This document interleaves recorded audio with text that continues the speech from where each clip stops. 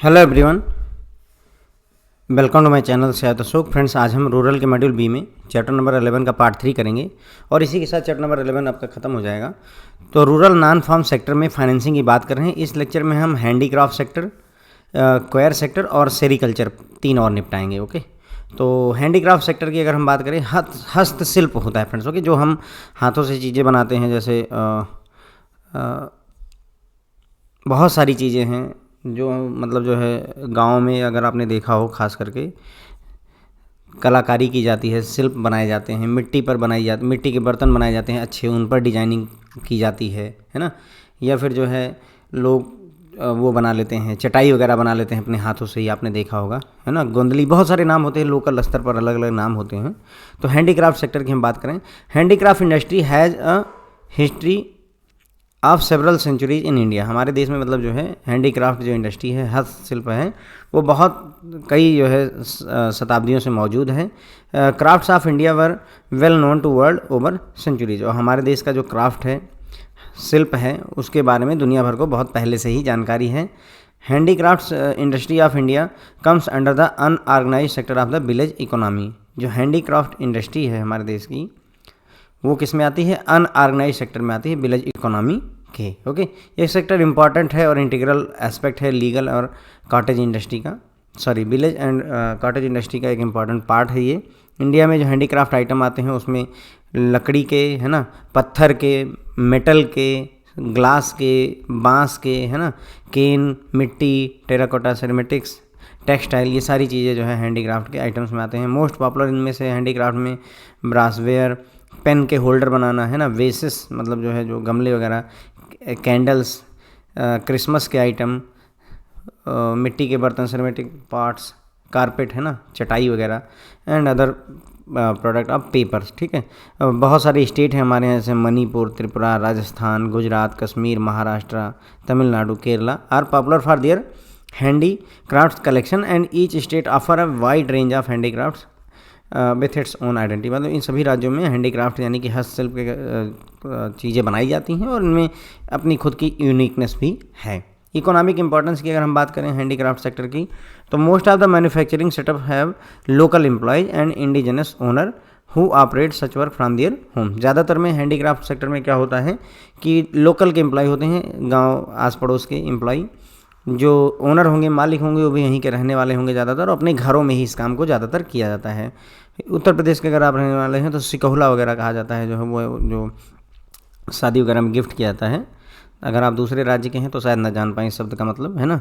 But unfortunately these traditional industries are under threat. लेकिन अब इनमें परेशानी चल रही है क्योंकि because competition from the cheaper machine made substitute, क्योंकि अब यही चीज़ें जो है मशीनों से बनाई जा रही हैं और वो सस्ती पड़ रही हैं।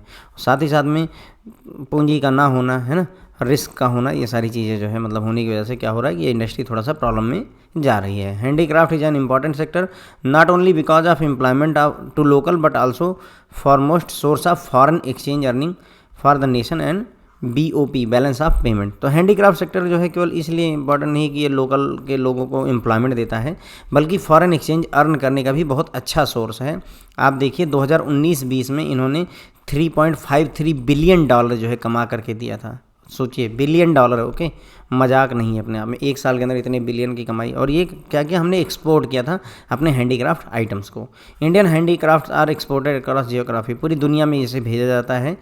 टॉप 10 डेस्टिनेशन में अमेरिका, यूनाइटेड किंगडम, है ना, UAE, Germany, France, Latin American countries, Italy, Netherland, Canada and Australia. याद रखने की जरूरत नहीं, बस समझिए बात को कि हाँ हो क्या रहा है यहाँ पर। ओके, उसके बाद में गवर्नमेंट ऑफ इंडिया ने जो है मतलब ये स्कीम चलाई हुई है जिसके तहत वो इंसेंटिव रेट पर लोन देते हैं। Merchandise export from India scheme MEIS में 7% जो है फ्राम 5% से handicraft item which will help exporter to recover the input cost involve in production of handicraft and will lead to competitive pricing and boost export. तो इसमें हो क्या रहा है, जो भी हमारे देश के हैंडीक्राफ्ट मतलब हस्तशिल्प बनाने वाले हैं, वो अगर एक्सपोर्ट करते हैं चीज़ों को, उनको 7% का इंसेंटिव दिया जाता है। पहले 5% का दिया जाता है, उसको बढ़ा करके गवर्नमेंट ऑफ इंडिया ने 7% का कर दिया है, ताकि ये जो लोग हैं इनकी प्राइसिंग वगैरह रिकवर हो सके और ये एक्सपोर्ट को भी ज़्यादा से ज़्यादा एक्सपोर्ट करने की कोशिश करें, क्योंकि उनको 7% का डिस्काउंट मिलेगा, रिबेट मिलेगा एक तरीके से। ओके, बिजनेस एनवायरनमेंट की बात करें अगर हम, तो some of the leading network and organisation which have enabled and boosted business and growth of this sector over the years include craft council of India which function with the support of 9 state level craft council. तो मतलब इस business को, handicraft sector को आगे बढ़ाने में अगर role देखा जाए तो क्राफ्ट काउंसिल ऑफ इंडिया का महत्वपूर्ण रोल रहा है, और इसके 9 स्टेट लेवल के क्राफ्ट काउंसिल भी मौजूद हैं।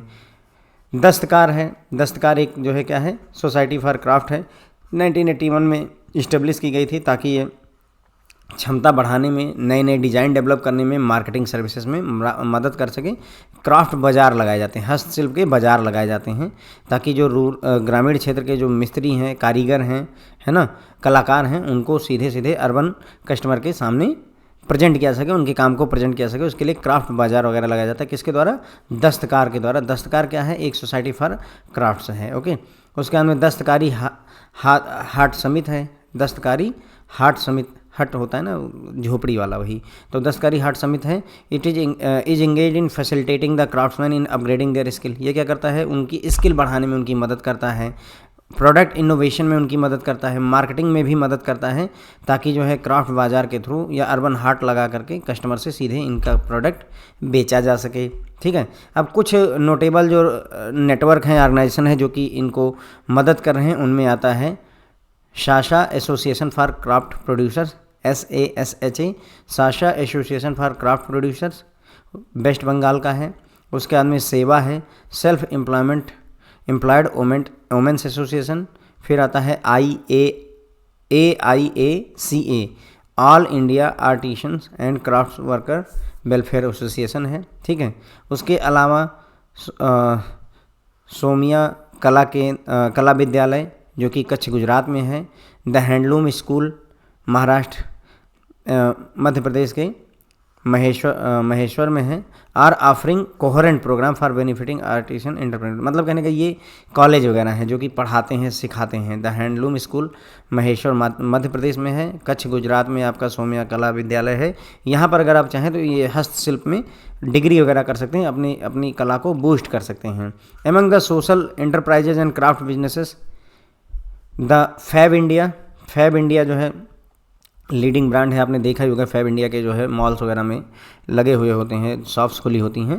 तो ये is the largest domestic market retailer. ये डोमेस्टिक मार्केट रिटेलर है जो कि 40,000 जो है कलाकारों के काम को अपने जो है आउटलेट पे बेचता है। अदर प्राइवेट क्राफ्ट बिजनेस में अगर बात की जाए तो अनोखी है, जैसे मतलब ये फैब इंडिया है, उसी तरीके से अनोखी हो गया, गुड अर्थ हो गया। इन्होंने भी जो है हैंडीक्राफ्ट को बेचने के लिए व्यवस्था करी हुई है। उसके बाद में कंटेम्प्रेरी अगर मॉडल्स की बात की जाए तो उसमें आता है रंगसूत्रा इंडस्ट्री फाउंडेशन। ये 2 सक्सेसफुल बिजनेस ऑर्गेनाइजेशन है जो कि आर्टिसियन ओन्ड इंटरप्राइजेज डेवलपमेंट में मदद करते हैं और उनके बिजनेस को प्रमोशन में लाते हैं। इसके अलावा अमेज़ॉन हो गया, फ्लिपकार्ट हो गया, और जयपुर.com हो गया, इटोकरी हो गया, गाथा.com हो गया। ये सभी भी जो है हैंडीक्राफ्ट प्रोडक्ट को बेचने के लिए मदद करने में आगे आए हैं। मतलब आप समझ रहे होंगे कि ये कितने बड़े लेवल पर जो है मदद करने की कोशिश की जा रही है, इस बिज़नेस को ज़िंदा रखा जा रहा है, तभी हम 3 बिलियन का जो है एक्सपोर्ट कर पा रहे हैं। In so far as the export of handicraft is concern, export promotion council for handicraft is an apex body of handicraft exporter and it has 9,000 members who carry out the bulk of handicraft export from the country। तो export का काम देखने के लिए EPCH है, export promotion council of for handicrafts है। ये apex body है एक्सपोर्टर के लिए, इसमें 9,000 के आसपास मेंबर हैं या उससे भी ज़्यादा हैं। यही जो है एक्सपोर्ट में, ये जो ऑर्गेनाइजेशन है यही एक्सपोर्ट करने में मदद करवाती है। फिर आता है आपका अम्बेडकर हस्तशिल्प विकास योजना। अम्बेडकर हस्तशिल्प विकास योजना में क्या हो रहा है? अगेन वही scheme 8 aims at undertaking base line survey and developing artisans cluster into professionally managed and self resilient community enterprise. मतलब इसमें क्या होता है कि जो आर्टिसियन है, जो भी कलाकार हैं, उनका एक क्लस्टर बनाया जाता है और उनको प्रोफेशनली मैनेज किया जाता है। मतलब कहने का जैसे अभी मैं पढ़ाता हूँ जैसे, तो मेरा प्रोफेशनली मैनेज नहीं है। उसी जगह पे जो दूसरे इंस्टीट्यूट हैं जिनके पास में भाई रिसोर्सेज बहुत हैं, पैसे बहुत हैं, तो उनका पूरा प्रोफेशनली मैनेज होता है। उनके अपने एचआर हैं, उनकी अपनी टीम है, टेक्निकल टीम अलग है, सेल्स टीम अलग है, मार्केटिंग टीम अलग है। तो उसी तरीके से ये आर्टिशियंस को इकट्ठा करते हैं, एक क्लस्टर बनाते हैं, उनको प्रोफेशनली मैनेज करवाते हैं और उनको सेल्फ रिलायंट कम्युनिटी इंटरप्राइज के तौर पर डेवलप करने की कोशिश करते हैं। ठीक है, उसके अंदर में डिज़ाइन एंड टेक्नोलॉजी अपग्रेडेशन जो करने की कोशिश की जाती है, कंपोनेंट अंडर द स्कीम, यानी कि डिज़ाइन एंड टेक्नोलॉजी अपग्रेडेशन आपके डिज़ाइन में भी मदद करेंगे, अच्छी टेक्नोलॉजी को भी आपको देंगे, अवेलेबल करवाएंगे। Under the scheme focus on upgrading the skills of artisan. इससे क्या होगा, जो कलाकार हैं, जो मूर्तिकार हैं, जो व्यक्ति है इस काम में लगा हुआ है, through development of innovative designs, इनको इनोवेटिव डिज़ाइंस, इनकी स्किल डेवलप होगी, इनको नए नए डिज़ाइन बनाने का मौका, नए नए प्रोटोटाइप्स बनाने का मौका मिलेगा। ठीक है, ओवरसीज मार्केट में अपने प्रोडक्ट को बेच सकेंगे। Revival of endangered craft and preservation of heritage, है ना, जो हमारा ये क्राफ्ट सेक्टर है परेशानी से गुजरा है, उसको रिवाइवल करने में भी ये मदद करती है। कौन सी स्कीम है, अम्बेडकर हस्तशिल्प विकास योजना। अब बात करते हैं गवर्नमेंट इंस्टीट्यूशन जो कि इस हैंडीक्राफ्ट सेक्टर के डेवलपमेंट में इंगेज्ड हैं। तो प्राइमरी स्टेचुरी एजेंसी जो कि हैंडीक्राफ्ट सेक्टर को जो है सेंट्रल लेवल पर मैनेज करती है वो है डेवलपमेंट कमिश्नर हैंडीक्राफ्ट्स। ठीक है, office of development commissioner handicraft under the ministry of textile आता है ये।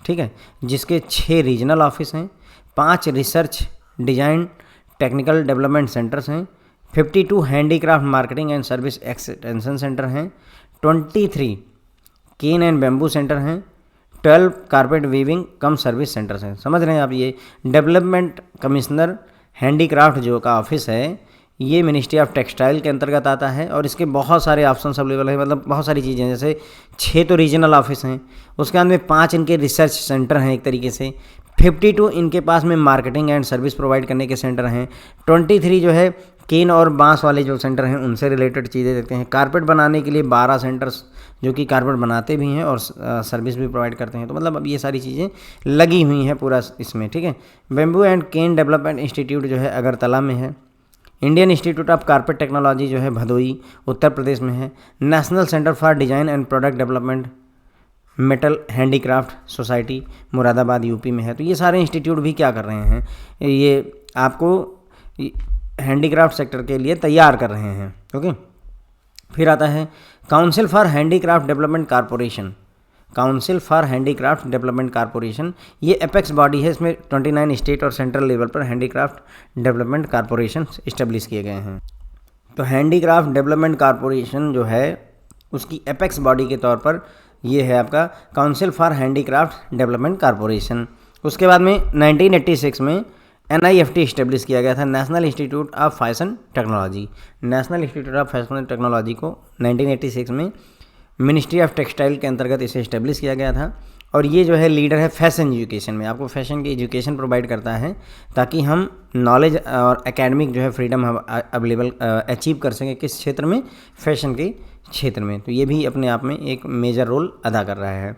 Financial institution contributing to the development of handicraft. Handicraft sector के डेवलपमेंट में कौन कौन से फाइनेंशियल इंस्टीट्यूशन मदद कर रहे हैं, तो मुद्रा यहाँ पर मदद कर रहा है। Micro unit development and refinance agency Mudra has been launched by central government to institutionalise Mudra bank loan scheme for development of micro units to encourage entrepreneurship in India and provide funding to non corporate small business sector. तो Mudra scheme को इसीलिए लाया गया था ताकि छोटी unit को हम लोन दे सकें, ताकि स्व व्यवसाय उद्यम की तरफ लोग बढ़ें। ठीक है, उसके बाद में मुद्रा लोन जो है बैंकों द्वारा, NBFC द्वारा, माइक्रो फाइनेंस इंस्टीट्यूशंस द्वारा और अदर जो है फाइनेंशियल इंटरमीडिएट द्वारा दिया जाता है, जैसा कि मुद्रा लिमिटेड द्वारा बताया गया है। ठीक है, सिडबी जो है आपका, SIDBI small industries development bank of India, ये मुख्य अथॉरिटी है, principal financial institution for promotion financing and development of MSME sector. MSME sector को प्रमोट करने के लिए, फाइनेंस करने के लिए, उसके डेवलपमेंट के लिए मेन जिम्मेदारी सिडबी के ऊपर है।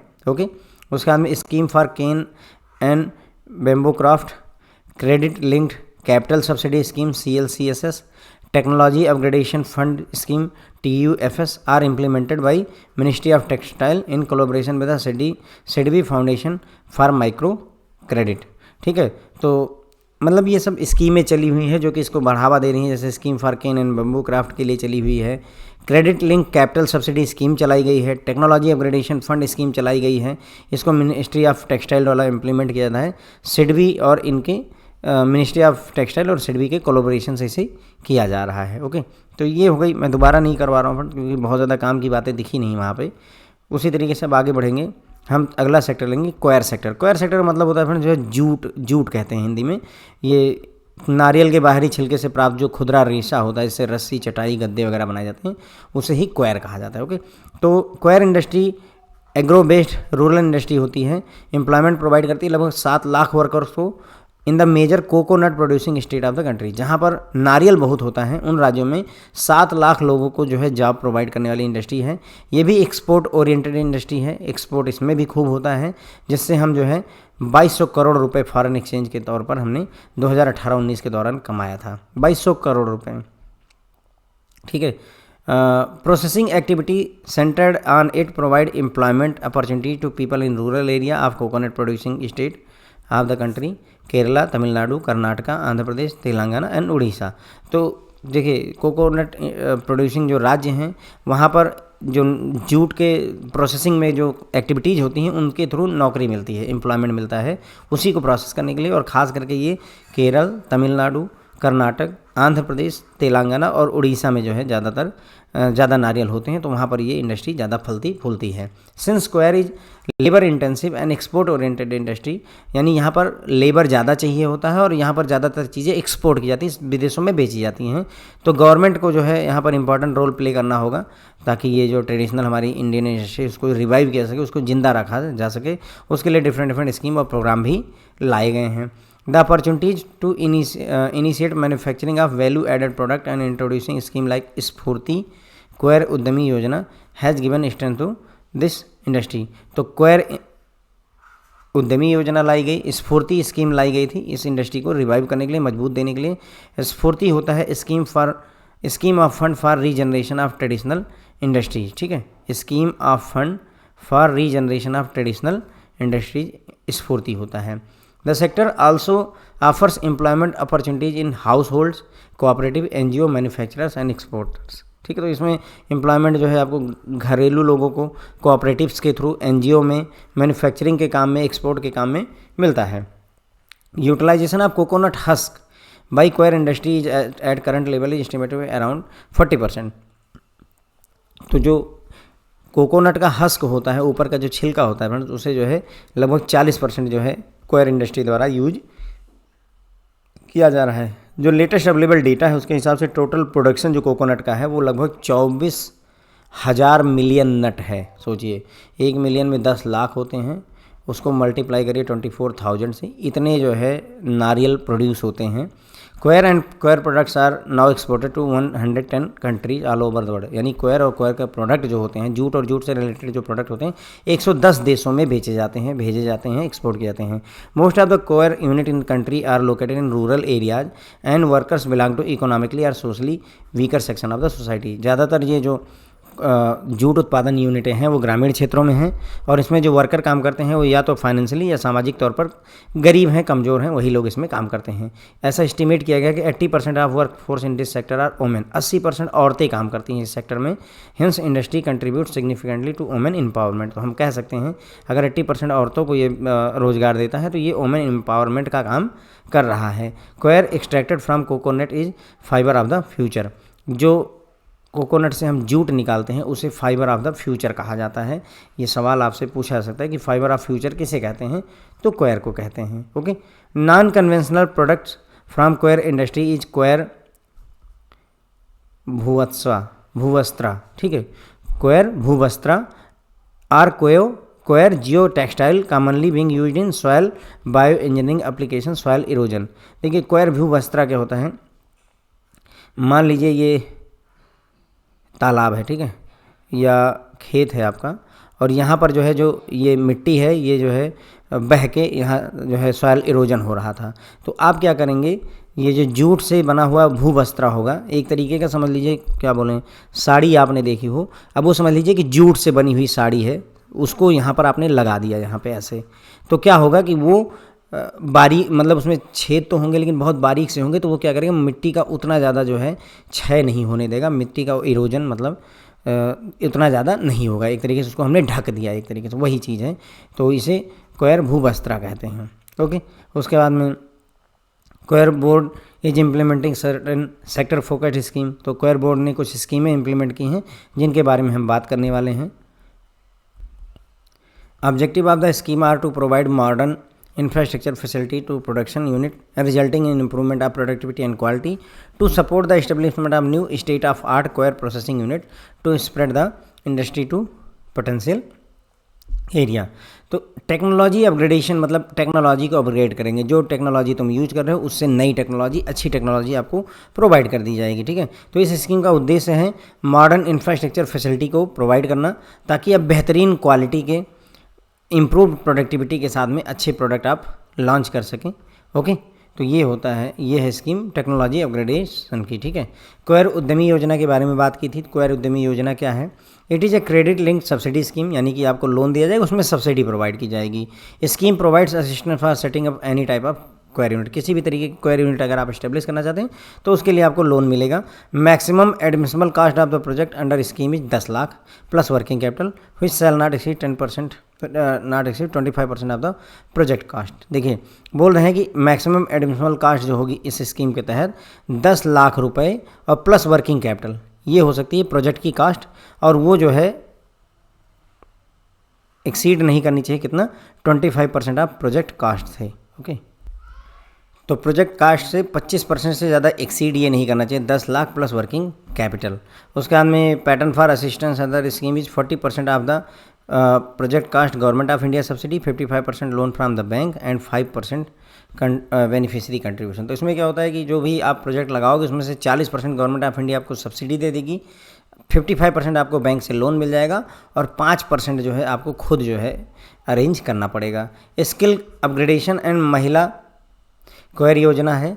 Under this scheme coir board is conducting various program like entrepreneurship development program, awareness program, workshop, seminar, exposure tour for attracting more entrepreneur to start coir processing unit. तो इसमें क्या हो रहा है कि लोगों को सेमिनार में, वर्कशॉप में, अवेयरनेस प्रोग्राम में बुला करके लोगों को समझाया जा रहा है, उनको बताया जा रहा है कि हाँ क्वायर के क्या क्या फ़ायदे हैं, ताकि वो जो है जूट प्रोसेसिंग की यूनिट को लगाएं। All these training programs are also available for women under Mahila coir योजना। तो महिला जूट योजना के तहत ये प्रोग्राम जो ये ट्रेनिंग वगैरह है ये वोमेन के लिए भी अवेलेबल है। Coir workers entrepreneurs will get awareness on modern technology develop by coir board. तो इन सब में क्या होगा, जो भी मॉडर्न टेक्नोलॉजी क्वायर बोर्ड द्वारा डेवलप की गई हैं उनके बारे में जो क्वायर के वर्कर हैं, जूट के वर्कर, जूट के बिजनेसमैन हैं, उनको अवेयरनेस इसके बारे में दी जाती है इन सभी workshop, seminar, awareness programme, development programme वगैरह में। फिर आता है लास्ट टॉपिक हमारा जो कि है सेरीकल्चर सेक्टर। सेरीकल्चर आपका रेशम के कीड़े पालने की एक्टिविटी कहते हैं। सेरीकल्चर कंप्राइज करता है 2 important activity, cultivating food for silkworm and reeling the cocoon spun by the worm for unwinding the filament to process and weave. तो मतलब सिल्क वर्म जो होते हैं, रेशम के जो कीड़े होते हैं, उनके लिए फूड को कल्टीवेट करना, और उसके बाद में जब ककून जो है तैयार हो जाए तो उससे जो है वो धागे निकाल लेना, यही जो है मेन 2 एक्टिविटी होती है।